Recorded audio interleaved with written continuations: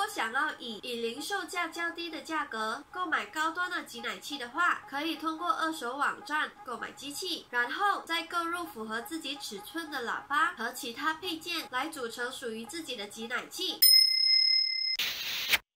为什么 Avon 的挤奶器会适合我这种敏感的乳房呢？其实原因很简单，它们的喇叭这呢有其他挤奶器没有的矽胶垫。我们的乳房是肉做的，那么软的部位一直和那么硬的东西接触，久而久之就会感觉不舒服，就像是我们用手去敲墙壁一样，久了就会红肿疼痛。我有位朋友也是使用 Spectra 的挤奶器，出现同样的疼痛问题，所以他就买了 Avon 的矽胶垫放在 Spectra 的收集器里，就再也没有听说疼痛的问题了。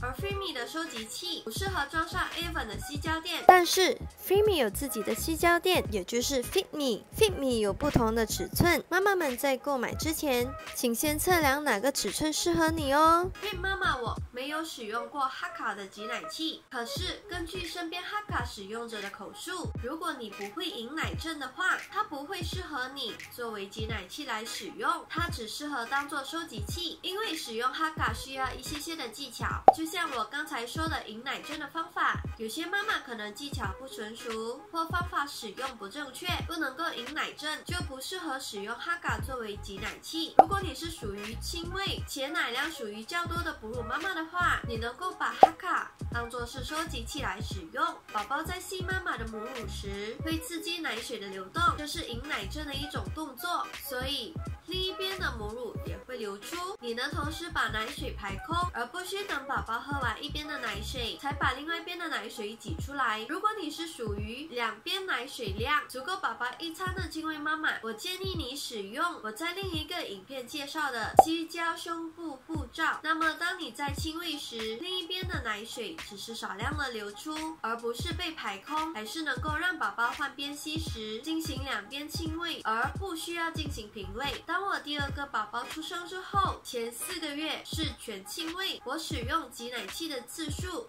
大约不超过5次。我会使用挤奶器的原因是我的乳晕出血，实在不能够忍受宝宝亲喂时的疼痛感，所以就使用挤奶器来排空奶水。在那一次后，到回职场工作之前，我都没有再使用过挤奶器。所以对于宝宝一直在妈妈身边且懂得怎么样手挤母乳的亲喂妈妈们，我的建议是可以不需要购买挤奶器。如果想要购买挤奶器以便不时之需的妈妈们，可以选择较平价的单边电动挤奶器或手动挤奶器，这样比较符合经济效益。市面上有定制的挤奶器吗？只有亲身使用才能知道这个挤奶器适不适合你。那市面上有没有定制的挤奶器呢？答案是没有。可是我们能够通过搭配自己较喜欢的机器和配件来组成属于自己的挤奶器。如果想要以零售价较低的价格购买高端的挤奶器的话，可以通过二手网站购买机器，然后再购入符合自己尺寸的喇叭和其他配件来组成属于自己的挤奶器。举个例子，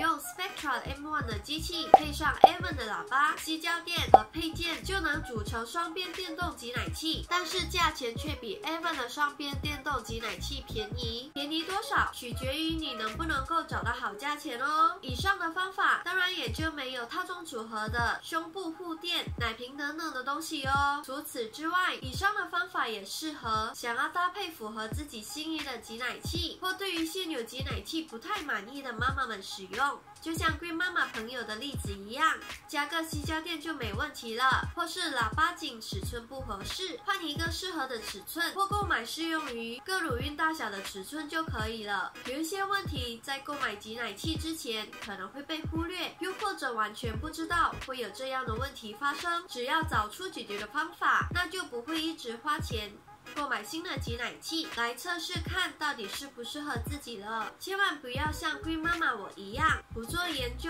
又不想买最贵的挤奶器，最后总共花了700-800新元买来了一个经验。最后如果想要把使用过的挤奶器和收集器卖掉的话，需要有耐心。我大约用了1年多的时间才把 Spectra 和 Freeme 卖掉，当然价钱也不怎么满意。第一点，由于卫生因素，购买二手收集器的人比较少。第二点，二手机器的价格取决于品牌、口碑、型号、使用了多长时间，以及买家和卖家之间的讨价还价。如果你不喜欢以上的因素，你可以选择把你使用过但性能还是很好的挤奶器回收给厂商，或捐赠给一些有需要但没有经济能力购买的人，以减轻他们的负担。希望以上的解析能够让你决定在购买挤奶器或配件之前有更深入的了解。好的，那今天的影片就到这里。如果你喜欢我的影片的话，请按赞和转发。如果你正在或曾面临一些哺乳的问题，可以留言分享你的经历。如果我有解决的方法，我会在另一支影片回应你的问题。也别忘了 follow 我的脸书和 IG， 以及订阅我的频道。我会不时的在接下来的影片里分享一些哺乳的主题和其他事物。我们下次见，拜拜。